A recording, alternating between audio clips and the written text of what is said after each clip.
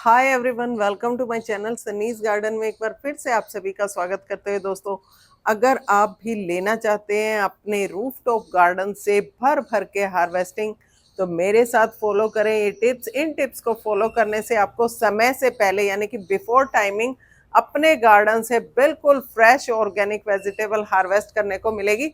तो वीडियो को आगे बढ़ाते हैं और देखते हैं कौन कौन से वो टिप्स है जिनको फॉलो करके हम समर की खत्म हो रही वेजिटेबल का भी आनंद ले सकते हैं और नई विंटर सीजन की वेजिटेबल को भी समय से पहले ग्रो कर सकते हैं। अगर आप एक किसान हो या होम गार्डनर हो, दोनों की सेम सिचुएशन होती है। जैसे ही सीजन खत्म होने के कगार पे होता है, उससे पहले आने वाले सीजन की तैयारियां शुरू करनी पड़ती है। जिस तरह से किसान खेतों में जुटे हुए हैं, उसी तरह से हम होम गार्डनर को भी ढेर सारे काम करने होते हैं ताकि आने वाले विंटर सीजन में हमें बेस्ट रिजल्ट मिल सके। तो दोस्तों, मॉनसून लगभग खत्म होने के कगार पे है और यही वह सही समय है जब हमें अपने गार्डन में करने हैं ढेर सारे काम। तो चलिए वीडियो में बताते हैं स्टेप बाय स्टेप कौन कौन से वो काम है जो हमें इमीडिएटली करने होंगे। तो सबसे पहले तो दोस्तों, सबसे बड़ी टेंशन यही होती है होम गार्डनर को या रूफटॉप गार्डनर को कि उनके पॉट या प्लांटर्स अभी खाली नहीं हुए हैं। उन्होंने जो मॉनसून सीजन की वेजिटेबल लगाई थी उसके अंदर अभी भी फ्रूटिंग चल रही है, उनको खाली करना अभी नामुमकिन है, क्योंकि इस तरह से जब फ्रूटिंग आ रही हो तो उस प्लांट को उखाड़ कर फेंकना भी थोड़ा सा डिफ़िकल्ट हो जाता है। तो सेम सिचुएशन के अंदर हमें कौन कौन से स्टेप है, कौन कौन सी टेक्निक्स है जिनको अपनाना होगा, वही मैं बताने जा रही हूँ। तो दोस्तों, अभी ग्रो बेड जो है मेरी ये खाली होने में समय लेगी। तो इस दौरान मुझे करना क्या है, जो ग्रो बेड मेरी खाली है उसको मुझे निकाल लेना है। उसके अंदर जो भी प्लांट या कोई खरपतवार निकली हुई है उन सबको उखाड़ फेंकना है और साथ ही साथ मिट्टी को स्टरलाइज करना है। सबसे पहला काम दोस्तों, जो ग्रो बेड के अंदर कोई ऐसे प्लांट नहीं है जिनसे हमें वेजिटेबल मिल रही है, उनको रिमूव कर दीजिए। यहाँ आप देख सकते हो मैंने पूरी ग्रो बेड के जितने भी घास फूस या जो भी अनवांटेड प्लांट इसके अंदर उगे थे उन सबको रिमूव कर दिया है। ये मेरी सैम फली की बेल है, इसको मैंने ऊपर चढ़ा दिया। बिल्कुल जरा सी ये जगह ले रही है और देखिए अच्छी हार्वेस्टिंग मुझे दे रही है, बिल्कुल हेल्दी प्लांट है।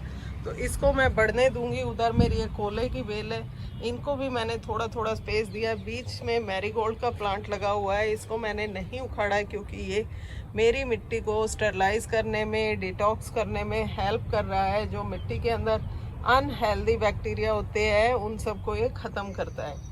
इधर ये मेरी कोहले की एक और बेल जा रही है, देख सकते हो इसके अंदर भी अभी फ्रूटिंग चल रही है, तो इसको मैं रिमूव नहीं करूँगी।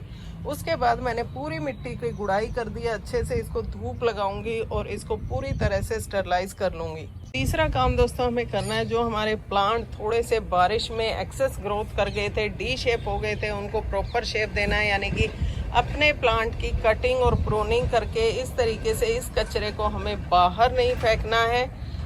जी हाँ दोस्तों, बिल्कुल सही कह रही हूँ, बाहर नहीं फेंकना है। इसको इस तरीके से धूप के अंदर सुखा लीजिए, फिर इसके पत्तियाँ अपने आप झड़ जाएगी और जो इसकी स्टेम है ये जलाने के काम आएगी। और पत्तियाँ जितनी भी निकलेगी इसको हम अपनी मिट्टी के अंदर मिक्स करके अपने पॉट के अंदर फिल करेंगे, जो हमारे प्लांट को पोषण देगी, हमारी मिट्टी को फर्टाइल बनाएगी और साथ ही साथ इसके वेट को भी रिड्यूस करेगी। जो भी क्रॉप या जो प्लांट हमारे इस वक्त लगे हुए हैं उनके अंदर फ्रूटिंग मैच्योर हुई है या नहीं हुई है। अगर मैच्योर हो चुके हैं यानी कि उनकी हार्वेस्टिंग आप टोटल ले चुके हो, तो उन प्लांट्स को रिमूव कर दीजिए। और अगर आपको लगता है कि उसे अभी थोड़ा और टाइम चाहिए, यानी कि 10 से 15 दिन और चाहिए, तो उसको अभी एज इट इज छोड़ दीजिए। उसको पूरी तरह से उससे हार्वेस्टिंग फिनिश होने के बाद ही इसको हम रिमूव करेंगे।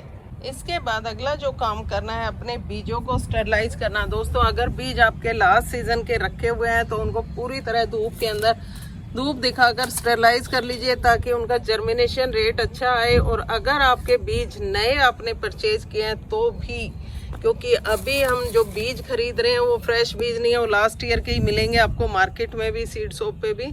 तो उनको एक बार स्टरलाइज जरूर कर लीजिए, धूप दिखाइए, क्योंकि लगभग 2-3 महीने से रेनी सीजन चल रहा था। इस दौरान कहीं ना कहीं उनमें मॉइस्चर एंटर कर ही जाता है और नमी की वजह से उसके जर्मिनेशन रेट हमें अच्छी नहीं मिलती। तो धूप को पहले बीजों को धूप दिखाइए, अच्छे से उनको सुखाइए ताकि किसी भी तरह का फंगस या मॉइस्चर उनके अंदर ना रहे।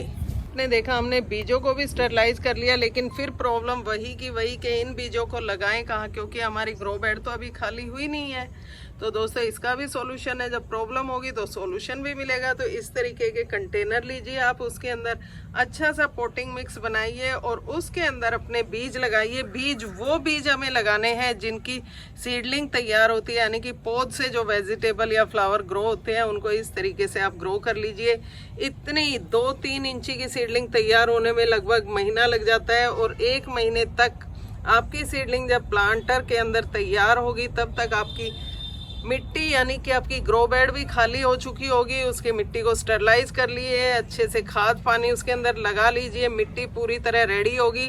जैसे ही मिट्टी रेडी होगी मौसम भी अनुकूल हो जाएगा, यानी कि अक्टूबर मिड आ जाएगा, और उस दौरान आप फटाफट से अपनी सीडलिंग को उसमें ट्रांसप्लांट कर दीजिए। तो दोस्तों ये एक पूरा प्रोसेस मैंने आपके साथ शेयर किया है, जिस तरीके से मैं अपने गार्डन में करती हूँ। ना मेरी पुरानी फसल को नुकसान होता है बिफोर टाइम उसको उखाड़ने से, और ना ही नई फसल मेरी लेट होती है।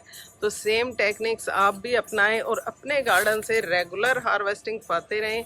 यहाँ आप देख रहे हो मेरा मैरीगोल्ड है, जिसको मैंने जुलाई मंथ में लगाया था, और देखिए कितनी अच्छी ये फ्लावरिंग कर रहा है। बहुत बुशी प्लांट है, भरा हुआ है, और नई सीडलिंग मैंने डाल दी है, यानी कि नए बीज डाल दिए हैं इसी में। जो मैच्योर फ्लावर था उसको हार्वेस्ट करके तो मेरी नई सीडलिंग तैयार हो जाएगी विंटर सीजन के लिए। जब तक ये ख़त्म होगा तब तक नया तैयार हो जाएगा, और रेगुलर मुझे अपने यहाँ से फ्लावरिंग मिलती रहेगी।